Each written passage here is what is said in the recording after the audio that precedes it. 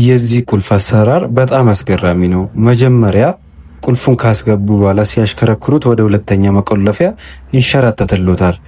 ሙሉ ለሙሉ ከገባ በኋላ ወደ ውስጥ ገፋ ሲያደርጉት 5 ስፕሪንጎችን አልፎ ይሄን የመሰለ ቤት ውስጥ ያስገባውታል ማለት ነው። ይሄ ቤት የሚገኘው በመሃል መስቀል ፍላወር ከናዝራ ሆቴል ጀርባ ሲሆን አሁን ላይ ካርታ የተጠናቀቀላቸው 95% ያለቁ በፍሎር 3 ቤቶች ብቻ ያሉት አፓርትመንት ነው።